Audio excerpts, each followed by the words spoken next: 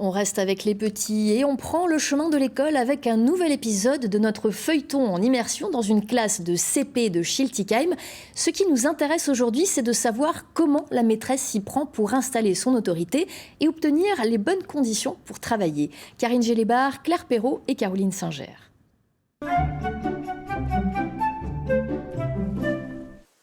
Pas à pas, Youpi, j'ai réussi. Réussi, bravo. mot par mot, les élèves qui ne parlaient pas français en début d'année progressent, accompagnés par Nathalie Je peux sentir les fleurs.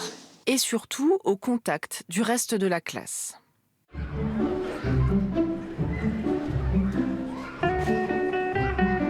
La grande école.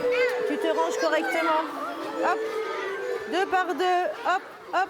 Alors, on attend que tout le monde soit bien assis.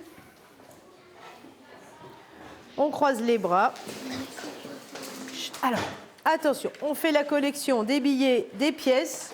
On met dans le coin de la table. Si on n'arrive pas, on demande à quelqu'un qui arrive.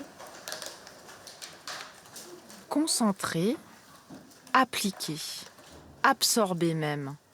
Quand l'activité plaît, le calme est d'autant plus facile à obtenir. En CP, il faut des activités qui sont courtes, variées. Il n'y a pas vraiment de problème de concentration parce qu'on change d'activité assez régulièrement. Et puis c'est une classe assez facile, ils ne sont pas nombreux. Il n'y a pas de gros problèmes de comportement sur un enfant spécifique. Donc voilà, ce n'est pas le cas tous les ans. Il y a quand même quelques règles à rappeler. On lève le doigt héritage. C'est pas la peine de regarder chez le voisin. Il y a plusieurs solutions. J'ai dit non. Arrête de jouer avec ta pochette, ça fait du bruit. On n'a pas le droit de couper la parole à la maîtresse.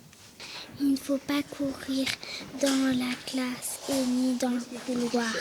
Il ne faut pas les faire pipi quand on est en classe parce qu'il faut y aller pendant la récréation. On a le droit à se lever si on a besoin de se moucher mais sans faire de bruit.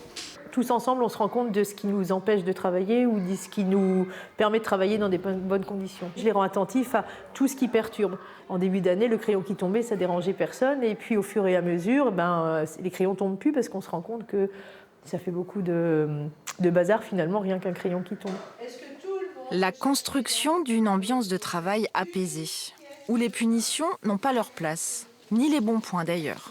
Je pense qu'on n'est pas obligé d'avoir une récompense ou une sanction par rapport à un comportement et que de se rendre compte qu'on est tous ensemble plutôt bienveillants et on va dans le même sens.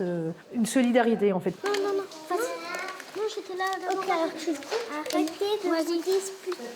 Tu veux qui? Trouver des solutions ensemble. Je coupe et toi tu mets. Ok. Et si vraiment il y avait conflit, Je suis la directrice. la directrice, 429 élèves sous son autorité assumée, ultime recours quand il faut recadrer.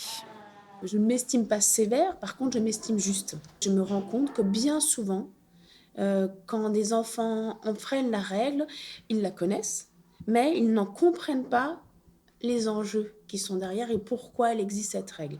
Voilà. Donc moi, c'est le temps nécessaire de dire, mais voilà, elle existe pour ça, qu'est-ce que ça pourrait faire si on n'avait pas cette règle-là, comment on pourrait vivre ensemble, etc. Et c'est juste ça, c'est le cadre. Un cadre dont nos petits CP n'ont encore jamais débordé, sages comme des images, presque tout le temps.